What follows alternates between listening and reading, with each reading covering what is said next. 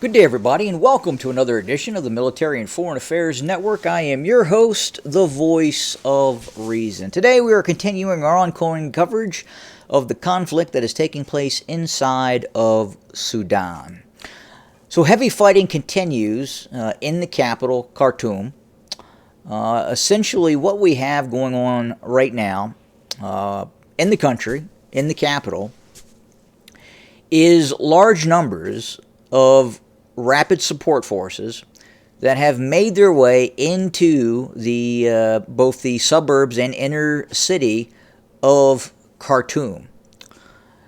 Now, initially, this was done as a decapitation operation in their attempt, in the RSF's attempt, to secure key positions, key sites of government in Khartoum.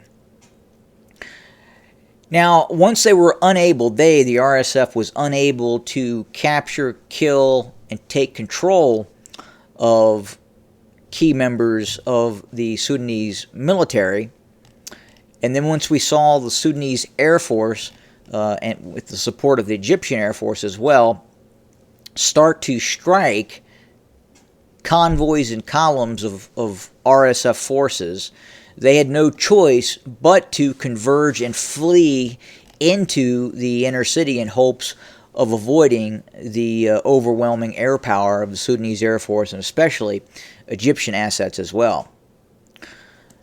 So right now, I don't believe it is an issue of the RSF wanting to control Khartoum. I still believe they want to do that, but I believe at this point it's their only option.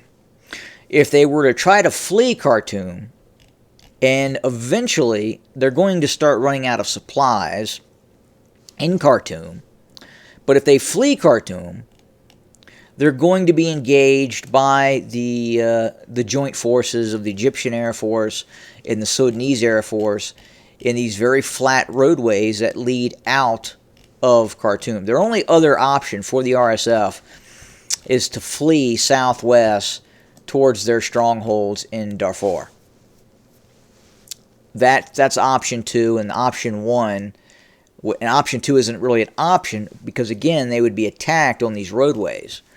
So they have no choice. The RSF, really has no choice but to continue to fight in downtown Khartoum and try to continue to control, maybe reach some sort of political situation. But right now, it doesn't look like the Sudanese army wants to talk to these guys, and quite frankly, they continue to fight each other.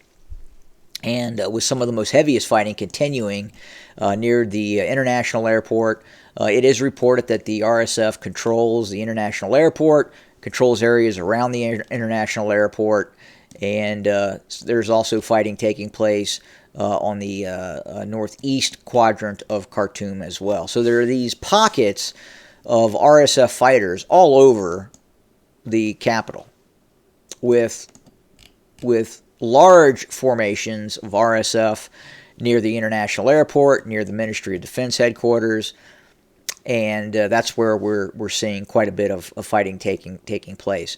And the Sudanese Air Force is perfectly fine with using its air power, using its helicopter gunships, using the Egyptian military, the Egyptian Air Force as well, to target these RSF forces. So we'll continue to see fighting probably taking place in and around Khartoum. Eventually, I envision that the RSF is going to start running out of ammunition to continue its fight. Remember, the Egyptians are targeting supply depots, known supply depots and bases in Khartoum. It doesn't really have the ability to maneuver and move around in some of these open spaces outside of the capital because, again, they will get attacked by both the Egyptian Air Force and the Sudanese Air Force. Not all the time, but when they do get intel of large convoys of RSF units moving in open space, they call in airstrikes, and they hit them hard.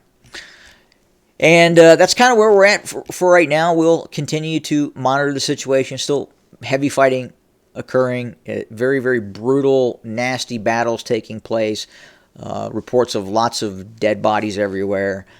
It's urban combat. That's what we're seeing. And again, the Sudanese Air Force is dropping bombs on these areas as well. If they have an area where they believe there are RSF strong points in the city, they're bombing those and strafing those positions with gunships, ground attack aircraft, and then obviously the Egyptian Air Force is coming into play as well.